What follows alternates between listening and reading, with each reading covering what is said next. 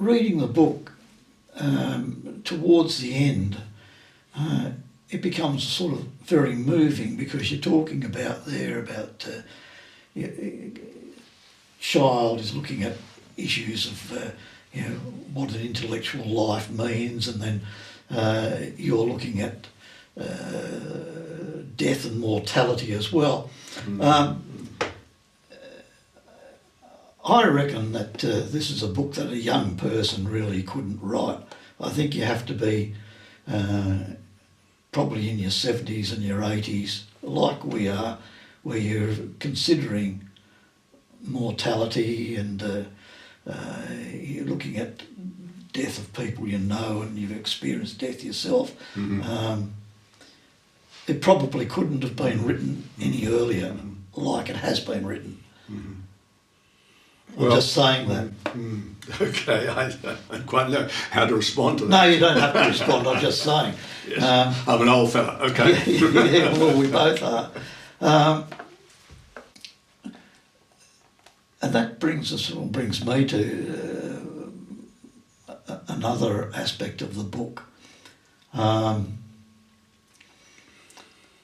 way it is written, it's accessible. It's not overburdened with jargon. It's not drowning in theory. It doesn't make assumptions, intellectual assumptions about the audience. The reader is helped through. And you want to comment about the style, because I think this is quite important. It's accessible, it's not a niche book, and yet it's scholarly, and it's got integrity and... Well, okay, yes. This is something that I've had... The development of this kind of style and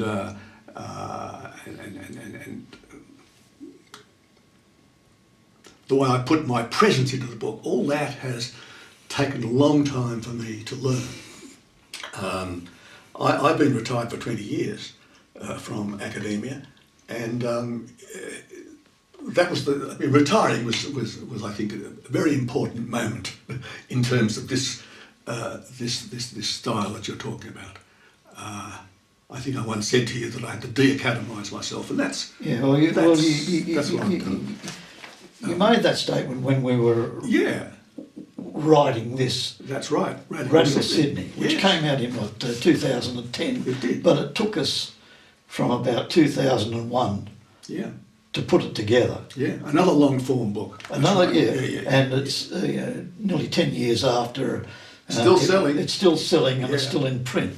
Yeah. So can we talk about that style of writing? Okay. Well, this is the style of writing, I think, that the first Labour historians in Britain, like E.P. Thompson and Eric Hobsbawm and others, developed. And when I became a Labour historian... Well, I think you shoved Christopher Hill in there as well. Oh, Christopher Hill, yes. That was the style... The first generation of Labour historians were intent on using Labour history as part of the struggle for socialism. And to do that, they had to write in a way which would be accessible to as many people as possible. So their books were, in fact, sold in hundreds of thousands. Incidentally, Childe's What Happened in History sold 300,000 copies. Right. So he also was one of these people who learned how to present his thoughts to a wide audience. Anyway, so my point is that in this process of rethinking the kind of historian that I had, that I wanted to be, I looked back to those early Labour historians and picked up on their style, their political commitment, and their desire to make their readers into active political beings. And I think those are the three kind of elements in radical history as I would understand it. And we trace back to that early moment of the origins of Labour history. Right, yeah. And that sort of brings us to another issue, getting back to Childe, I mean, really one of the most important things about Childe is that he took his scholarship and he took his understanding of archaeology and prehistory and he made it available to mass audiences.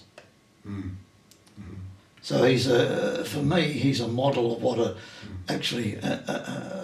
an academic scholar should be. That is, taking specialist knowledge out of the academy, making it available to public, large audiences. The interesting thing about that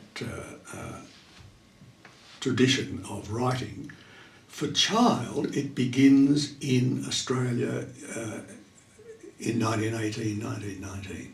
Childe's first publications were in the Labor Press in Queensland, in Sydney, Somerset and Melbourne. So what he was trying to do was to suggest to the labour movement a strategy for moving forward to socialism. And he had to do that in a way which was accessible, which was lively, spirited, full of aphorisms. He's actually a good writer, Childe, at this level. And when he went to England and resumed his career in archaeology, which had been interrupted by the war, By the First World War. By the First World War, he did exactly the same thing. So if you follow Childe's publications through from the mid-20s through to the mid-50s, you find that a lot of them appear in small ephemeral publications of the left, popular magazines, and he tries out his ideas with that kind of audience. And when he gets the right sort of response, he knows he's on the right track. I'm saying something important to people. Now I've got to get back and develop it intellectually, scientifically, and so on. So he writes for the Plebs, which is the journal of an English working class educational organisation. He writes for various communist newspapers, labour newspapers, and so on in Britain, always putting forward his ideas clearly and succinctly and waiting for some kind of response. Yeah, and I think that's a very important skill. It's a very important mode of conduct that has been bypassed by the modern academy. I mean, you don't get promotion points for writing like that. No, you do not. On the contrary, you're regarded with suspicion. Exactly right. And the interesting thing, the irony is, of course, if specialist knowledge is to help transform the world, surely it is by getting it out of the academy into the public.